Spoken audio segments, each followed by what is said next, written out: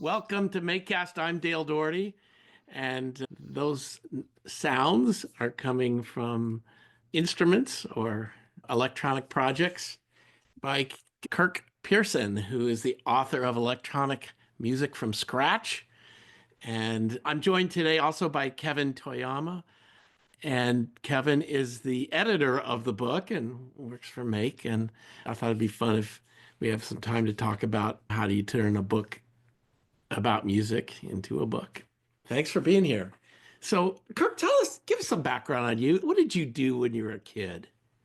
Oh What did you boy, really love to do? took apart VCRs, much like the rest of your audience. No, I think I was always a musician. I always enjoyed messing around on instruments.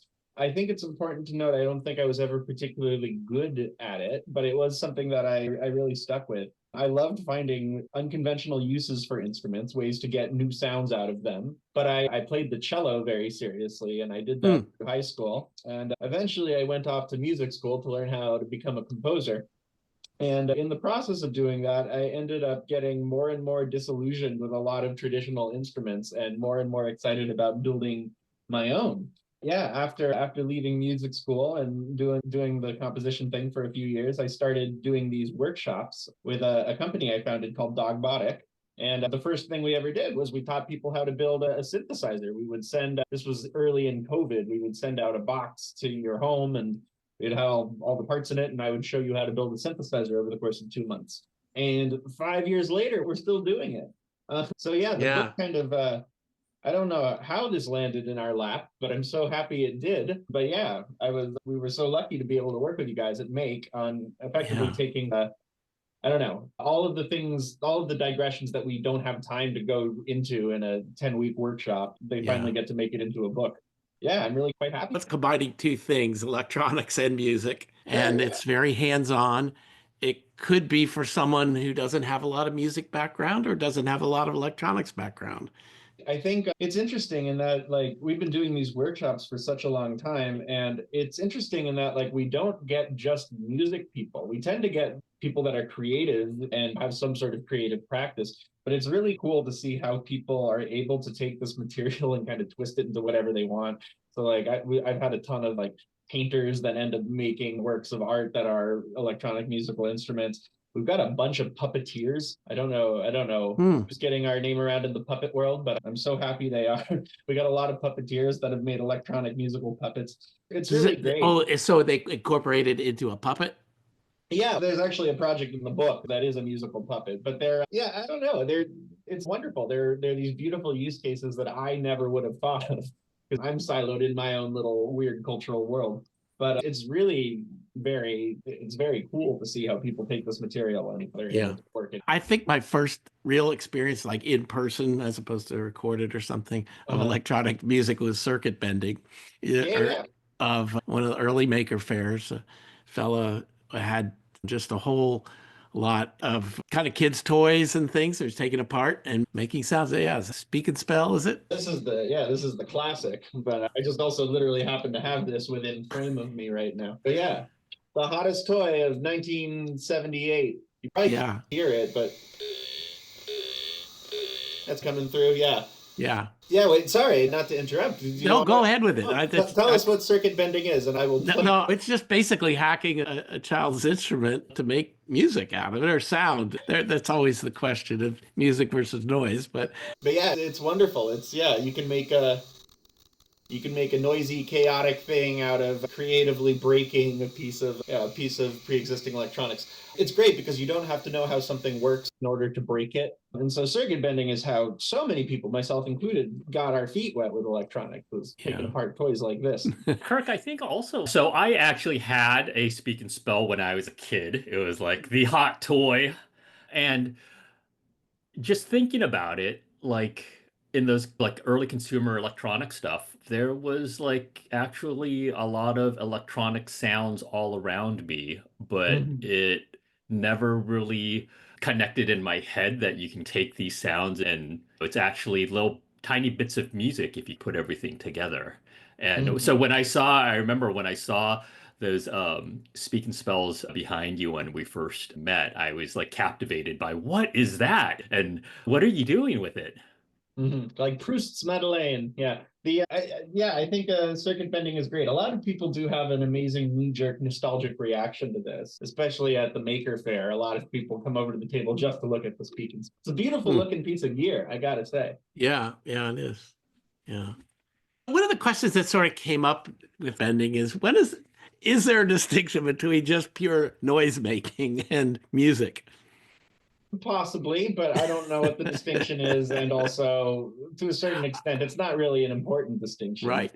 I think the lessons I learned was not to put circuit bending nor theremins near crafters. Yeah, it depends what your goal is. You'd have someone come over. I cannot stand being next to that person. So anyway. Yeah, a lot of, I think, being just a person in the creative arts is about putting up constraints for yourself and figuring something out. So I feel like, yeah, I think it's less important to ask yourself, is what you're making music? And more just ask yourself, is what you're making interesting to you? Mm-hmm. Yeah, that's a good way of saying it. But noise is a changing definition. Yeah, but it was inevitably sometimes of more interest to the musician or creator than it was to the audience. It was sometimes changing too. Yeah. There's a lot of music that's more interesting to talk about than it is to listen to. Yeah. So wait a minute, Kirk, you mentioned that. So you grew up with more of a traditional musical background playing. I see a guitar in back of you, and is that a banjo back there too? There's a banjo back there. There's a desiccated donkey jaw over there. I wondered that was. It's a folk instrument. I can give you a sample of that if you like. Sure, why not? And the quijada, it's an indigenous Central American instrument, but you hit it here, and you get that nice little rattle. Wow. But yeah, I think, I grew up in a more traditional environment, but I think, I always had an appreciation for instruments that I'd never seen made sounds that I couldn't really explain. So when you got into like circuits and making electronic music, I know we're jumping ahead a little bit, but like, how does your brain kind of wrap around like this kind of analog music and digital music and the way that you experience both of those?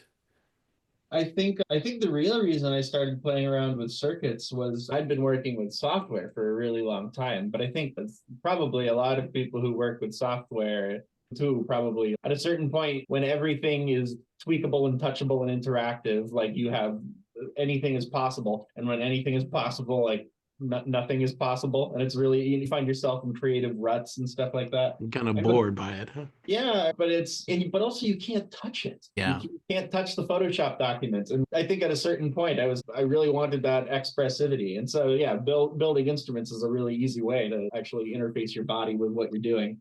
And also, it's cool to, like, when you build a circuit, it's very easy to iterate something that nobody has made before, which is very cool. And software, like, it allows for that, but it doesn't feel as such a cool aha moment when you get there. That's what I think. But also, what I would add really quick, I think it's really important to emphasize over and over again that a lot of the time, I don't really know exactly what I'm doing. I think the joy of musical circuitry is you don't really have to know how it works in order to get creative enjoyment out of it. So I really do encourage people to just go crazy with their circuits, and providing it works on a battery, you're going to be safe, it's fine. And you can really you'll start to learn how the different components are like colors of paint in a paint box. And you really can mix and match them and figure out, how to coax a voice out of them. Yeah. Part of what your real goal is just get people to experiment and try things, right? Yeah. So experiment and maybe to become a little bit more confused about what music is. Good. I challenge the noise music binary. Right. So what really is a synthesizer? So a synthesizer, I would say a synthesizer is a musical instrument that creates a sound electronically, meaning instead of creating a wave of air pressure like any other acoustic instrument would do, a synthesizer is just creating a wave of voltage, right? So if you take a speaker and you send it a changing signal of low voltage to high voltage to low voltage to high voltage, actually, hold on, I have a demo here. I can show you what happens. Perfect. This was not planned, audience. Okay. But actually, I do. This is potentially a good segue, but let's see if we can hear this. Do you hear that? Tucka, tucka, tucka, tucka. Yeah. Uh-huh. Sorry, you're hearing some of the sequencer too. But that tapping over and over again, so that's a little tiny part of this circuit here. It's an oscillator, but it's a clock, really. All that is doing is it's creating little spikes of voltage that are ultimately going to a speaker. And when a speaker gets a spike of voltage, the speaker cone jumps and it creates a little packet of compressed air. And ultimately, at that point, it's doing what the acoustic instrument does, right? It's just making a wave of air pressure. So what's really cool about a synthesizer, at least what I tell like people in the first class, is because you're taking a sound wave and you're abstracting it into voltage, it's really easy to mess with it. It's really hard to sculpt air pressure and patterns of air pressure, but it's relatively easy to sculpt the pattern of voltage, right? So if you can draw it, it can exist more or less. And that's, I think, the profound thing about synthesizers, right? Is it really is creating a sound that did not exist before. It is conjuring a sound out of. So you mean like the raising and lowering of voltage is what you mean by sculpting in a way, or just the increments? Yeah. For instance, if you have a pattern of, sorry, let's see if I can do this demo so it sounds a little nicer. Yeah, let's try this. Okay, cool. So here's that tap, right? So this, we call it a square wave, right? And it's a square wave because every impulse of voltage goes on and then it turns off. So if you were to draw that shape out, it would look like a little square box going up and down like a jack-o'-lantern or something like that. Now, with any oscillator, if we speed it up enough, it'll stop becoming a rhythm, a tap, and it will turn into a pitch. For instance, let's speed this up.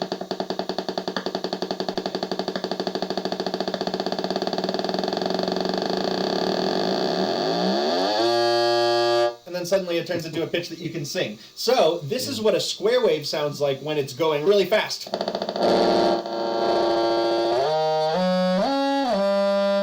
Now, meanwhile, I can change where I plug this thing in, and I can turn this square wave into a triangle wave. A triangle wave is also like it's a little spike of voltage. Sorry, I'm having difficulty getting this in. It's a little spike of voltage, but a triangle wave, instead of going on and off, it gradually rises to the top and then goes down. So it makes like a zigzag, like a Charlie Brown's shirt, right? So a triangle wave will sound like this. It sounds really mellow, really soft. So I'll do a quick back and forth. You can hear the difference between the triangle wave and the square wave. They sound really different. Here's the triangle. Here's the square. Triangle. Square. So that's a relatively simple thing. Like different reed instruments, huh? Say that again? I said like different reed instruments of the way. It's funny you say that, because like when all those synthesizers that were made in the 80s for kids that are like the oboe setting, the saxophone setting, basically all they are is, right, they're picking one of those basic waveforms and then they're filtering it in a way that they think kind of sounds like a violin or whatever. It's a comical effect, right? Because they never really did. But that's just the very basic thing, right? That's just changing like what the spike of voltage looks like, and that's able to change the sound of it enough. So there are countless ways you can change. Could you explain it from the electronic point of view, like when you're putting the wire in a different place? What are you doing there? Yeah, I'm thinking about this as like an endoscope almost. So here I've got a gator clip, right? And the gator clip is attached to this little wire. And if we look at the other end of the gator clip, I've clipped it onto like a guitar cable, right? And that's going right into a little amplifier over here. So this is a thing you can do at home if you have a little amp and a guitar cable.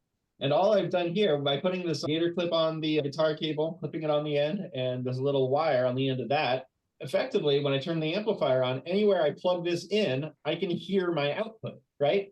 If I plug it in one of these little holes on the breadboard, right, I'll get the square wave output for a kind of complicated reason, but we can talk about it. And if I plug it in elsewhere, I can get a triangle wave output. So it's like using this device to peer into the bloodstream or something like that in one place and seeing what the input is or what the output is. And you determine that by just trial and error?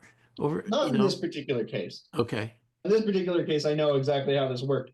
But it is interesting to think that like the synthesizer can produce more than one sound at the same time. It just depends where you look on the inside, right?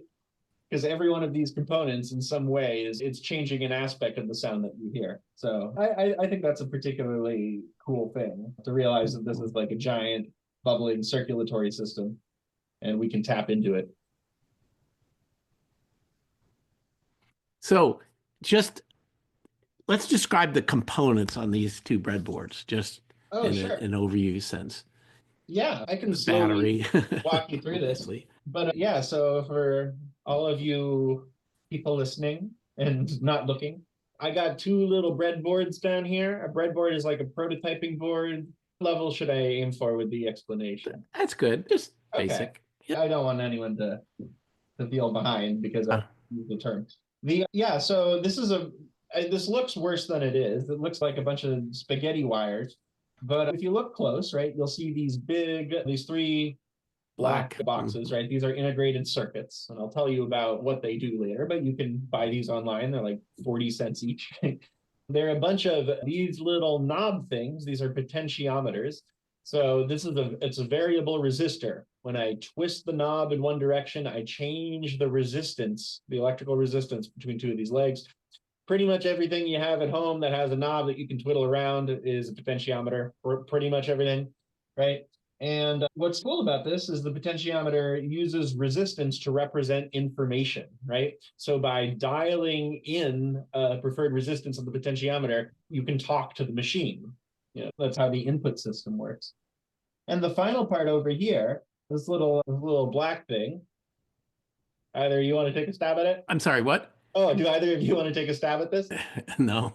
It had a bit part in Back to the Future. This is a capacitor, right? Capacitor. So a capacitor, right? It's the flux capacitor in Back to the Future. It's not a real thing, but a capacitor is a real thing. Capacitor is like a little tiny bucket, right? And it can hold on to charge. Buckets are really useful. A lot of people ask, well, why would you want a thing that can hold charge? And there are a couple different things you can do with it. One of my favorite uses of the capacitor is when you wind up one of those disposable cameras, you hear it go and it makes that sound, right? That's a capacitor filling up with charge, right? And the reason that capacitor has to fill up with charge is because when you press the shutter, you got to flash a bulb, and that takes a lot of energy to do. So it actually takes a long time to charge up that capacitor while you're winding that thing up. And then in a split instant, all of that energy goes right out of the capacitor, right into the bulb. So it's important, don't take apart like an old flash camera unless you discharge the capacitor, because that could be bad news bears. But in this particular case, we are using the capacitor as a timekeeping mechanism, which I think is really clever. You know that when you go to the water park and there's that big bucket, right? And the big bucket's filling up with water. And then when the big bucket gets full, it dumps out over and over again, right? That's a timekeeping mechanism. If you know how big the bucket is, right, and you know how much water is going into that bucket and the rate that it's getting filled, you can figure out how frequently that thing will tip over. It's regular. Yeah, it's right. It's regular. And if you make the bucket smaller, it will empty more frequently. Or if you make the rate of water faster, it will empty more frequently. This is important in a second. But this is what we're using the capacitor for here. The capacitor is our timekeeping mechanism. So this is filling up with charge, discharging, filling up with charge, discharging over and over again, right? And it's not thinking in seconds, right, or anything like that. It's thinking in buckets of charge, right? But that's good enough for it. So what's really cool, remember the potentiometer over here? It's a variable resistor. I think even on the Make website, like the classic analogy that is always used to think about resistors is to think about water in a pipe, right? And the resistor is like squeezing the pipe and making it smaller. Yeah. So to continue with this glorious analogy, this here is the hose that's filling up our big wasteful bucket at the water park, right? Over and over again. And so by changing how wide that pipe is, basically, right? How much water is going into the bucket, we can change how frequently it dumps out. Which is why when I plug my little endoscopy thing into here and I turn on original sound on Zoom and I crank up my, oh, and I don't hear anything. Oh, there we go. Okay, there we go. I can hear that little woodpeckery thing, right? So that's the oscillator. And when I move the potentiometer, you'll notice that it happens faster because I am making more water empty into the bucket.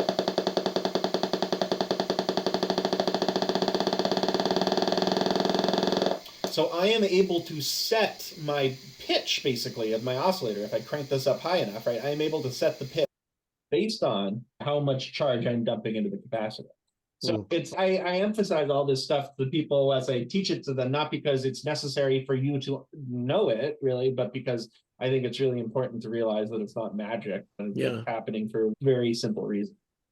Yeah, and you could have different size capacitors. Exactly. Right? Yeah. Your buckets example, right? Hey, let's try that. I like it. This right here is a 3.3 microfarad capacitor, and it sounds like this. But if I replace it here with this 22 microfarad capacitor, that's a lot bigger. So if I make the bucket at the water park bigger, will it empty more or less frequently? Less frequently. Less frequently, yeah. It's counterintuitive. But now it sounds like this. It's like a metronome almost. Tick, tock, tick, tock. Yeah. But there you go. It's still doing it. Anyway, hooray. Hooray for capacitors. Capacitors are really nifty, I guess, because we have time. Another fun thing that you can do with capacitors that is, it's a little more technical and complicated than things that we talked about, but I think it's a very cool example. Because a capacitor, right, is a bucket, right, it takes a little bit of time to fill, right? And so if you have a voltage signal, right, or an impy hose, if we want to continue with the water park analogy, right, that's filling up the bucket and it's changing its rate of flow all the time, right? If we poke a hole in the bottom of the bucket or look at the other end of the capacitor, we're not going to get the exact same pattern out as we got in, right? Because the capacitor takes a little bit of time to fill. Sometimes it's going to have extra ballast in it or something like that, right? Does that kind of make sense? Mm-hmm. Yeah. The capacitor can almost set a speed limit, basically, right, on how fast of a signal you can put in. This is how audio filters work. This is how you can jack up the bass on something or turn down the treble on something or whatever, right? You can do this because a capacitor is reacting to particular rates of filling, right?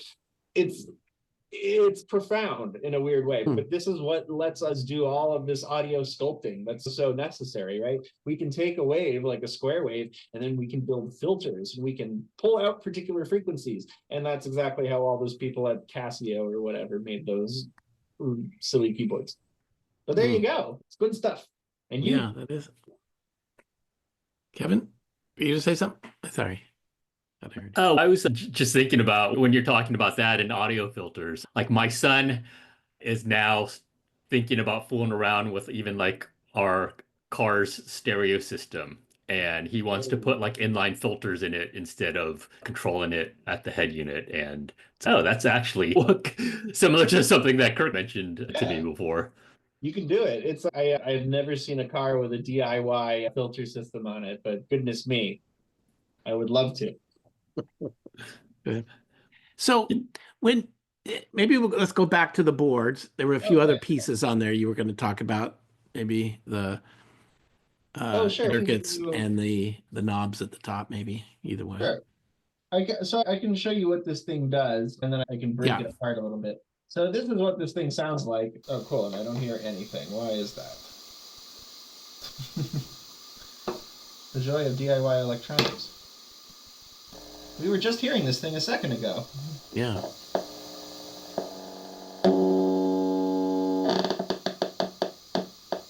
Okay. Huh. How mysterious. Oh, that's why. I disengaged this thing before, because I was like, otherwise it'll be loud and annoying. Okay, cool. So in my effort to make my job easier, I made it much harder. Okay.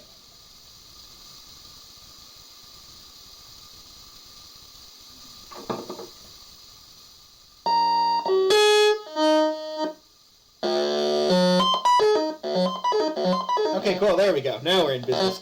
All right, so this thing here is a little 8-step sequencer. And so I have these 8 potentiometers up here, and each of these will it'll set a different pitch in a little like musical phrase. So I'm gonna turn this thing on and I will mess around with these potentiometers and you will hear the result, whether you like it or not.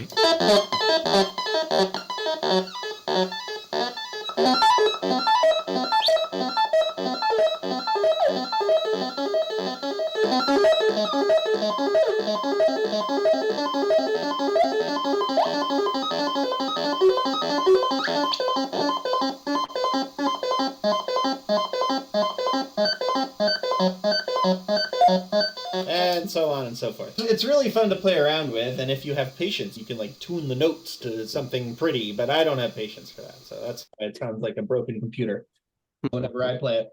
But yeah, I can give you a really quick walkthrough of this. So like those are your controls though, right?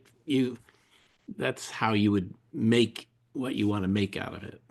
Yeah, I feel like you kind of lean into the idiosyncrasies of these machines, and in some way the machine dictates how you use it. So I think it's one of those things where it's like hybrid or something. Yeah, but also remember like doing creative work is like setting up constraints for yourself. I feel like that really helps me here.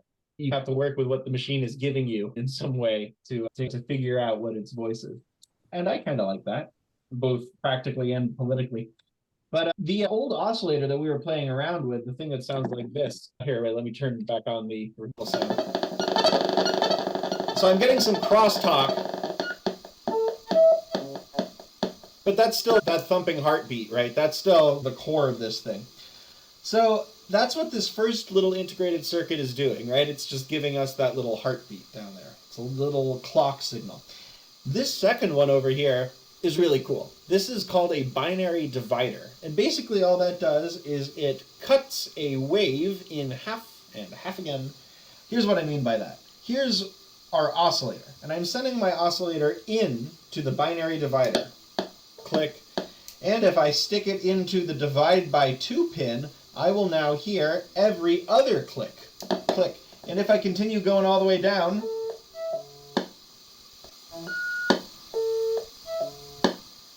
and again,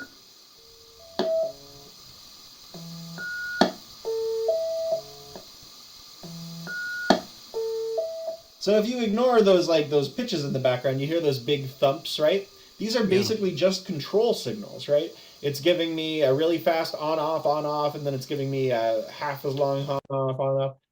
To music people, I like to think about this as a metronome that's doing like 16th notes, 8th notes, quarter notes, and so on and so forth, right? They're just divisions of 2. Yeah. And this is what's really cool. I think this is so cool. What the binary divider is actually intended for is for counting in binary. We work in decimal, right? We got 10 fingers, right? And so that means we have 10 numbers to represent everything. 0, 1, 2, 3, 4, 5, 6, 7, 8, 9. And so on our fingers, we count up to 10, right? And then once we reach 10, we create a second decimal place, right? And then we start counting all over again. So humans work in decimal, digital electronics, right? They work in binary. You can think of binary as like how dolphins count. You know, they got 2 fins or something like that. And what's really cool about this is if you think about it, like a square wave, a thing that's going on and off, is like a dolphin counting.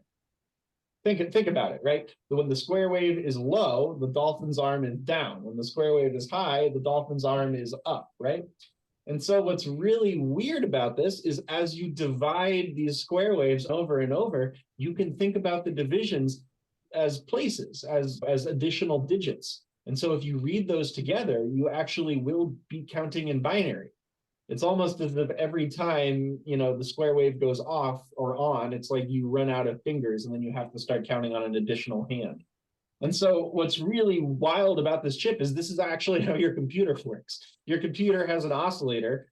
It's going much faster than this, right? And that oscillator is going into a binary divider, and that's what it's using to count in binary through steps in the logic unit or whatever. By taking those 3 signals, if we take 3 different places, 3 bits of binary codes to 8 possible combinations, right? And if we take these 3 outputs, we can stick them in this 3rd chip. And this is called a multiplexer. And basically what the multiplexer is, if you give it a binary number, right, on 3 of the pins, it will create a circuit. It will connect one internal pin to one of these external pins. And what that does is that means current will flow out of this wire into this potentiometer into another oscillator. And then it'll switch, current will flow into another potentiometer into the oscillator. So basically, this is just like a big 8-way switch. And we're able to control the switch with the oscillator. And then finally, once it goes through the potentiometer, it goes into a much higher frequency oscillator. And that's what we actually listen to. So that's a very brief explanation of it. But again, the emphasis is that this isn't magic, and this really, this is like a shockingly learnable system, which is like all of this stuff is within your grasp as a musician. It really is. Yeah. So that sort of gets me to the book. You started with the workshops. Teaching people this, you figured out how things work. Now to teach other people, it's a different thing. Like, how do you put this in a book? How do you have chapters, or how do you teach it in a workshop, like day one and day two, or that kind of stuff? So reflect a bit on what's that like to take all this experimental stuff and try to order it in a way. I think the joy about writing the book, of course, is we get to go on as many digressions as we want. When I say we, I of course mean me and my coworkers, Sean Hallowell, who did all of the schematics and the circuitry for this. But I think an interesting thing is like the book is designed so that everything builds upon what you make in the last chapter. But it also, we tried really hard not to be very prescriptive with the projects, so that you really can jump into the middle of the book, get a feel for those kinds of projects, then take your favorite bits and combine them together. Yeah. More so than there's one way to make this. Because what's so cool about this stuff is there are an endless number of combinations of ways you can hook these parts together and to make a different sound.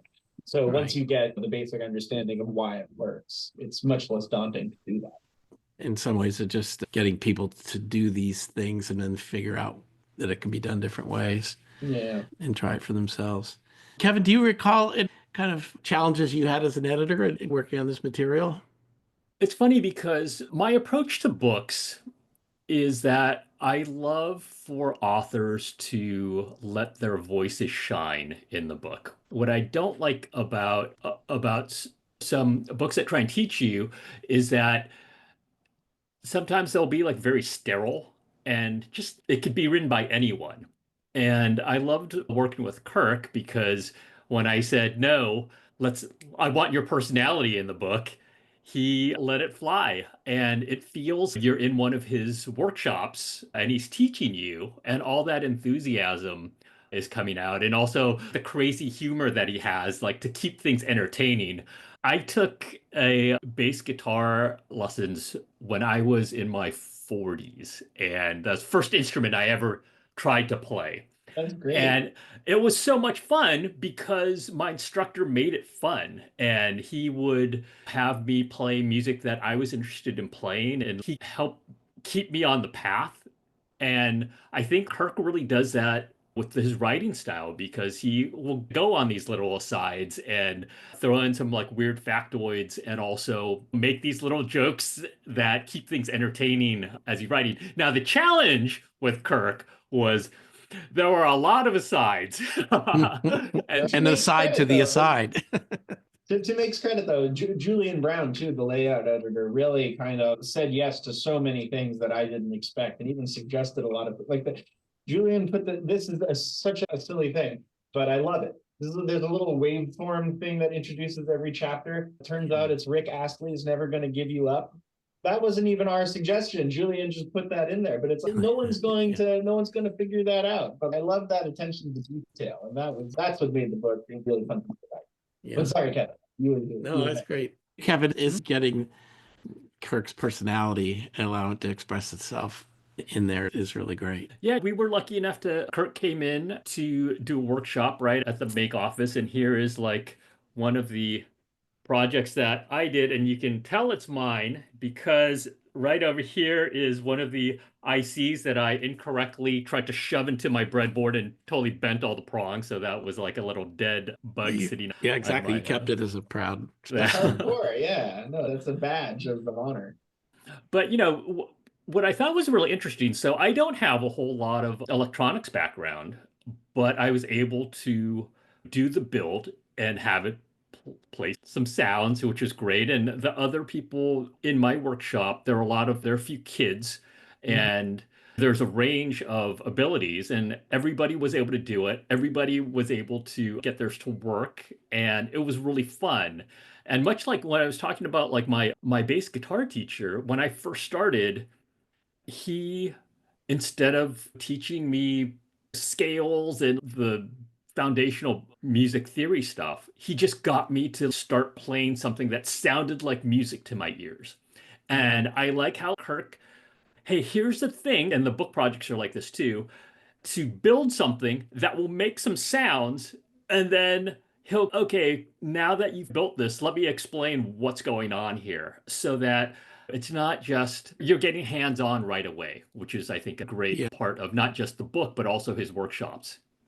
I also just, we haven't mentioned her, and it would be totally amiss, but Maisie Byerly, who did all of the illustrations for the book, I think, I don't know. I think her sense of humor is great, but I really do think a lot of electronics is very daunting for people, and there's Yeah. nothing that makes a daunting thing less scary than putting a face on it. Maisie has somehow found a way to, yeah, I don't know, make an activity that is like, this is not a book for kids, and this is a pretty hardcore circuitry book, but she makes it look incredibly approachable, and Great. I'm so proud to be a part of that. Yeah. Well, I think I remember, was it last summer, an event? I think you organized it. Was it something like an audio carnival? Yeah, Can you tell us about that? Yeah, that was the release party for this book, actually. But yeah, we hosted it at 924 Gilman, which is the legendary punk venue in Berkeley. And it was great. We had about 10 different well-known Bay Area instrument inventors that all brought like a petting zoo's worth of instruments. So it was like Yeah. 60 instruments inside this. It's a mid-sized punk club. But it was great. We had a scavenger hunt. We had a bunch of stuff that you could play around with. It was great. It was really well attended, and I hope we get to That's do more great. of them. Once you start doing this stuff, you find other people doing it, and it's wonderful to connect. And I would guess that's a bit part of your workshops and things. People not only see themselves learning how to do something, but they see others doing it, and it's really wonderful to connect and with people with different ideas, different approaches, different backgrounds come together, and they're just sharing.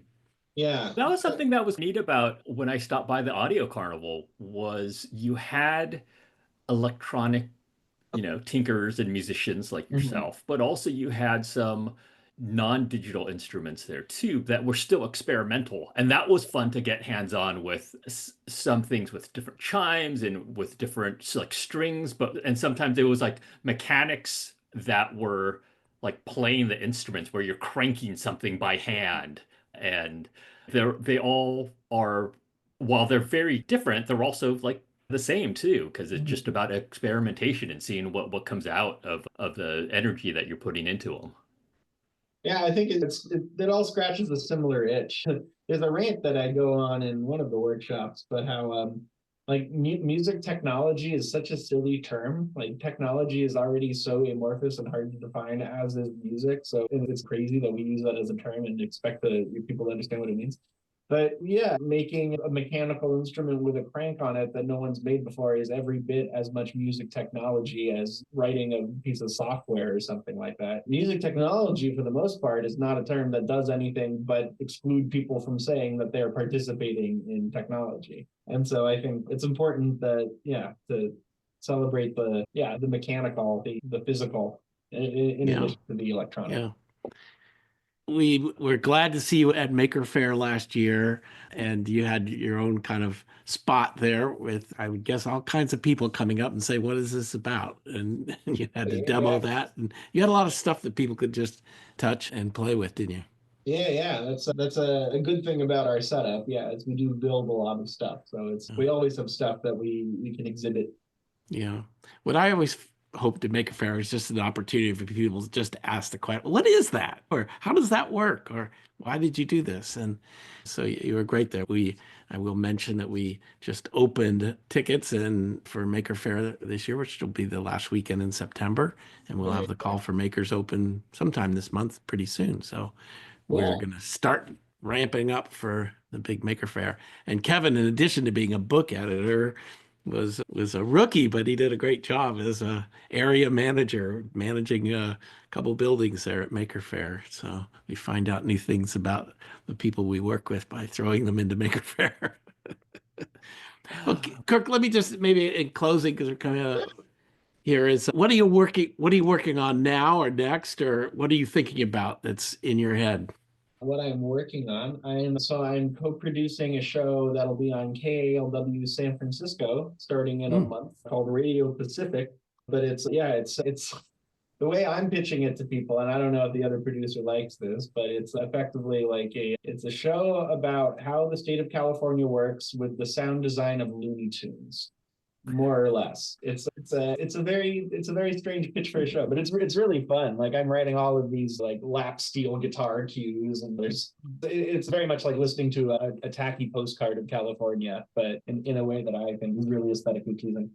But yeah, I'm working on that. I'm putting out an album in a couple of months. It's called Chimera Obscura. More information forthcoming. And other than that, yeah, I'm teaching workshops. I just started teaching one called the Sound Forager's Guide to the Virtual Studio that I really like, which is all about learning about how to make sound on your computer through things that you didn't know could make sound. So for example, we spend a week taking sounds, converting them into images, editing the images, converting them back into sound, listening to them. We make a delay effect in a spreadsheet. That would make a good make article. Yeah, I mean, there's a lot of it. It's really cool. I think when you make a lot of music on a computer and everyone else is also making music on a computer, there tends to be some cultural homogeneity where a lot of music ends up sounding similar, which isn't inherently the worst thing.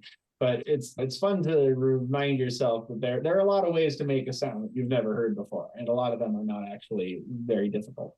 And they're not all going to be winners. Occasionally, you'll get to something that makes you go, You know, Kirk, I know that's one of the things that, you know, you also do is you make sounds for companies, right? For, hey, we have, maybe it's like for a special effect or for something like that.